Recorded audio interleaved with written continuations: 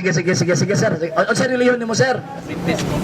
Seventh Adventist. O sa man, lokal or kuan? Lokal or tawag in ng General Conference?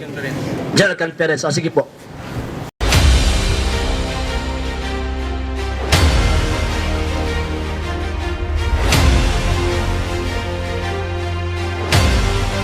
Sige po.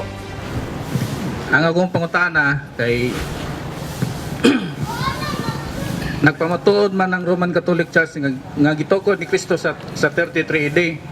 Aw ka matukod ni Kristo sa 33 AD nga namatay si Kristo sa 31 AD. Sa edad nga 31. Panato ang tanawon ang balaan kasulatan, si Kristo nagmisyon tulo ka tuig. San Lucas 3:23, si Kristo nagsugod sa ministerya 30 anyos. So kung namatay si Kristo 31, so buti pasabot usa ka tuig yung ministeryo. Nya mo ni argumento sir sa tawag ang ibitang sagad sa mga Sabadista nga wa bito kabalo sa counting sa mga historian. Ang mga historian manggod sir na ana sila tawag anang counting. Mutakdo og 27 nagsugod ang iyang ministeryo kung sundo nato ang counting ni Josephus ni tawag inang Josephus katong Jewish historian. Pero kung sundo nato ang tawag ining counting ni Dionysius Exiguus, magsugod gyud tawag anang year 1 motapos gyud og 33. So kanang imong kingon sir nga 31 30 patay na nisak na sa langit counting na sa years ni Josephus.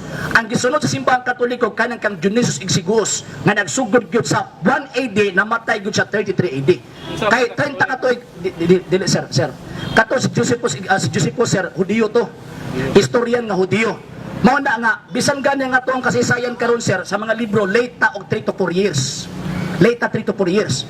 Manausay, maluoy ko ng ubang mga Sabadista ba nga giidan lang silang pastor. Nga naman kay tanawa, 31, namatay na. Wa sila kabantay nga duha ang counting diha. Diba sir, explain ta ka sir kay nangutan naman ka ngano. Ngano. So, muhat na ko sa explanation.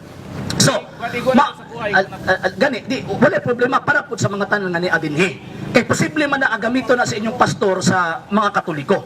So, balikon ako, sa counting ni Josephus nagsugod sa in between 4 BC to 7 BC. So buti pasabot diha niya gi-counting ang pagkatao ni Kristo mo nang late og 3 to 4 years. Kung imo tan-awon 33 4 years 29 wala na patay na si Kristo. 27 mo pagsugod 30 patay na siya. Kung imo tan-awon na ang maayong balita kay ang inyong gibasihan na kanang maayong balita. Wa sila kapantay nga ang ubos ana na ay komento ang mga scholar sa maayong balita.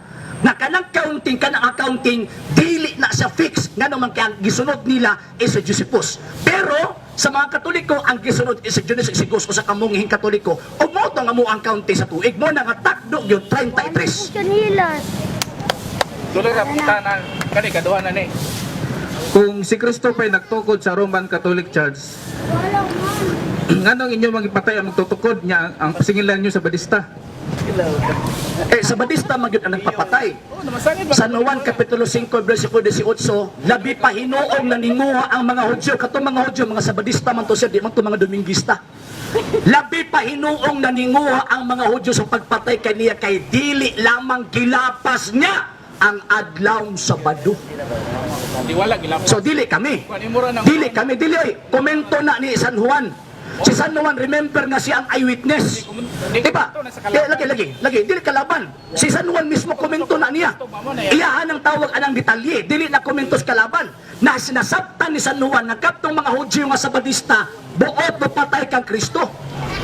O niya, kisa man nagtaro sa ukmanan.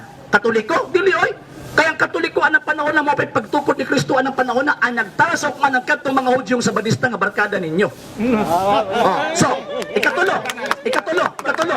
O sana kada kung binuang mga higalag, mga igsuon nga pasanginla nato ang simbahang Katoliko pagpatay kang Kristo. Na naman kay ang founder, dili.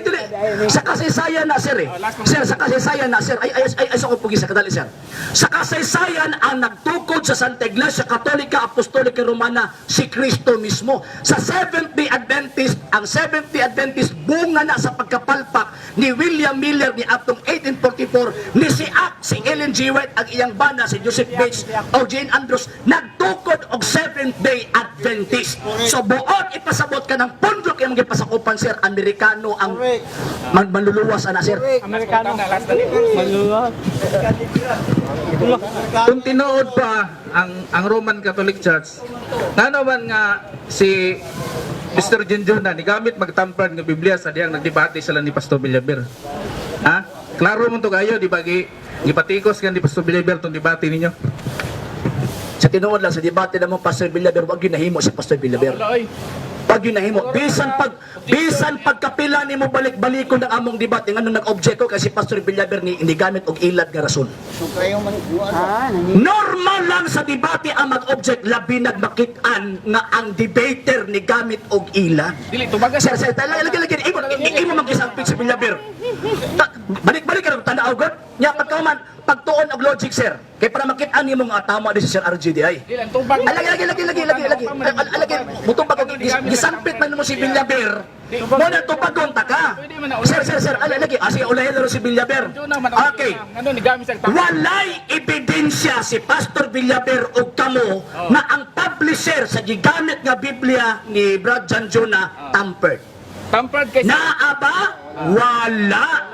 Mahitabo lang na nga factual nga tampered na kung naamoy ikapakitang ebidensya na certification sa publisher nga niingon nga tampered ng Biblia ha. O na, timpa. ina ebidensya. Number two. Katong Biblia ang gigamit. Kayo mo kalimutan. Katong Biblia ang gigamit ni Brad Janjuna based sa scholarly interpretation and translation ni gamit og dynamic form of translation. Ang dynamic form of translation, sir, maunay pa maagi sa mga butang nga ang termino mas gipasayon pa niya ang translation. Tagaan takag pananglitan, sir. Kanang St. John chapter 1 verse 1.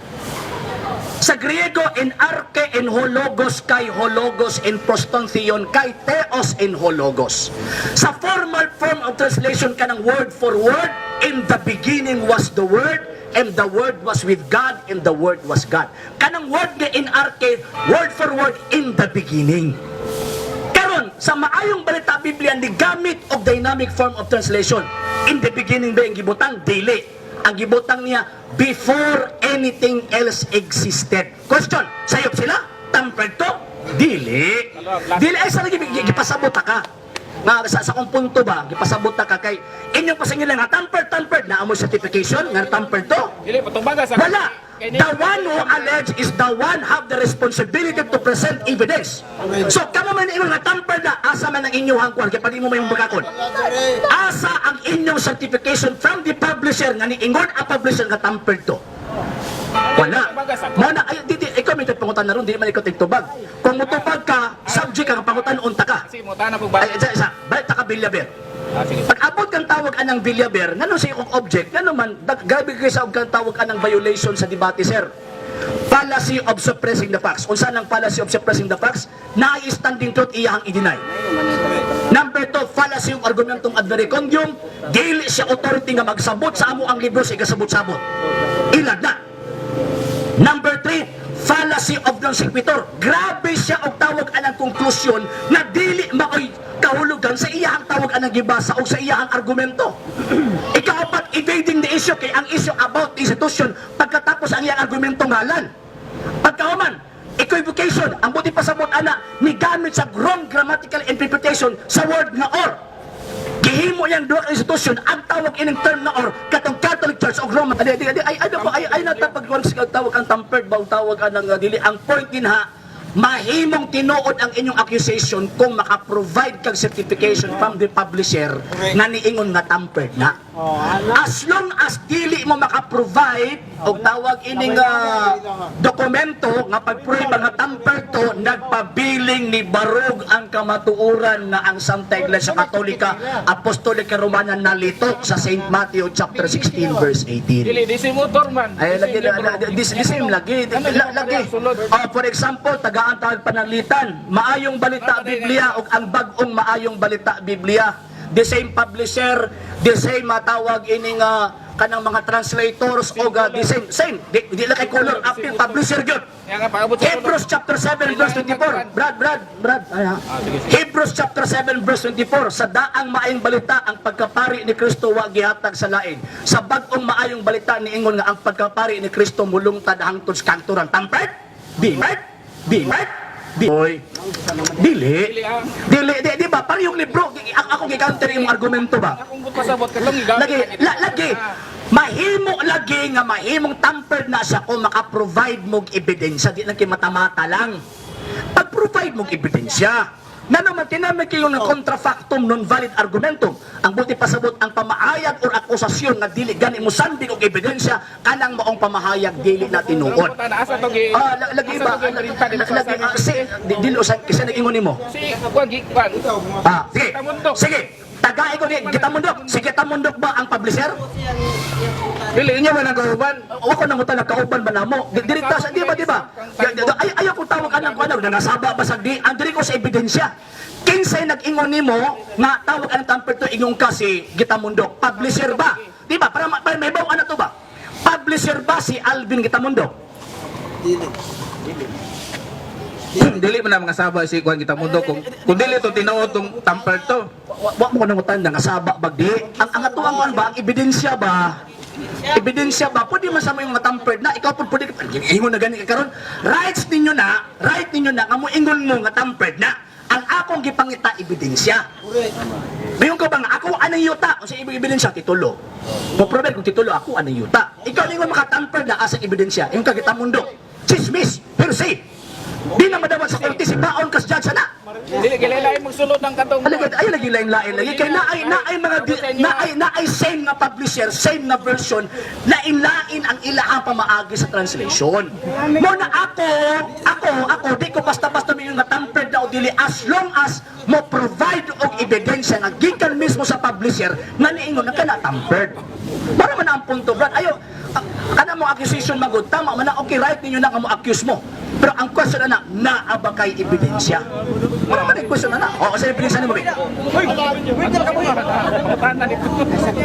Dili pwede. Ay di pa kana na sige. Testigo dai, safety na. Testigo si Gitamundok inyo man nakauban. Distigo si Gitamundok. Unsa nga klase nga witness? Direct witness or tawag ining kuan? Unsa sa klase nga witness? Pareha mo kutok duha. Dili. Di. Kauban lagi namo lagi. Kauban lagi namo na. Pero ang question nila ako, wala ko nag-side kang Brad Talibong. Wala ko nag-side kang Brad Alvin Gitamundok. Ang sakua simple, ebidensya. Tagai ko rin yung ebidensya nga ang publisher sa maong Biblia ni ingon na kanang gigamit ni Brad Talibong o ni Brad Janjo na tampered. Tagai kong ebidensya papel ba nga certification na katong gigamit nga version mao na tampered to. Ano naman ang simple naman na kayo? Ato ba bakag tong sultay ni Gitamundok nga tampered. Ambot lang niya. Tanawat. Wala akong kabalo sa iyong tawagan ng kwan. Chismoso po dito po no? Dili po tayo maging chismis ba? Ang akong gipangita diri, sir. Ang ako ang gipangita diri, sir, ebidensya. Ebidensya ba? O niya, si Brad Alvin Gitamundok, dili siya ang direct witness. Nga naman, di mo sa publisher. Okay lang unta na kung si Brad Alvin Gitamundok publisher siya, okay mo, tuo ko. Kung dili mo sa publisher, pareho naman tatig basa. Dili gibasa man ang original ug katong sa tampered. Lagi gibasa lagi niya. Sige, granting. Pareha lagi mo. Ang ako alang gipangita karon ebidensya. Unsang ebidensya? Niingon ba ang publishing house? Niingon ba ang publishing house nga tampered to? Sige, ano naman. Sige. Ang atong himuon, sir, ingna ang inyong pastor, mo file mo og complaint dito sa publisher katong sa confraternity. Pagkauman, at least ang tawag ng publisher confraternity, mo issue o tawag ining dokumento nga nag-certify nga katong gigamit nga Biblia nga naay one holy catholic apostolic tampered to. Ano simple. Dapat yung pailan si Gitamundok kasi may Manong siya may pailan kamo may nireklamo. Dili ba diba manong siya may pailan namo? si Gitamundok Res ka na niya. Sir, sa insaktong rason manggod sir. Sa insaktong rason manggod sir, the one who alleges, the one have the responsibility to present evidence. Sir. si Gitamundok Katolik man na. Sir, ani sir ba? Sir, migo. Ang sa tuang manggudinhi, si Brad Alvin Gitamundo, kung sa korte pa na hearsay ng iya. Hearsay ng iya, dapat i-establish pa niya.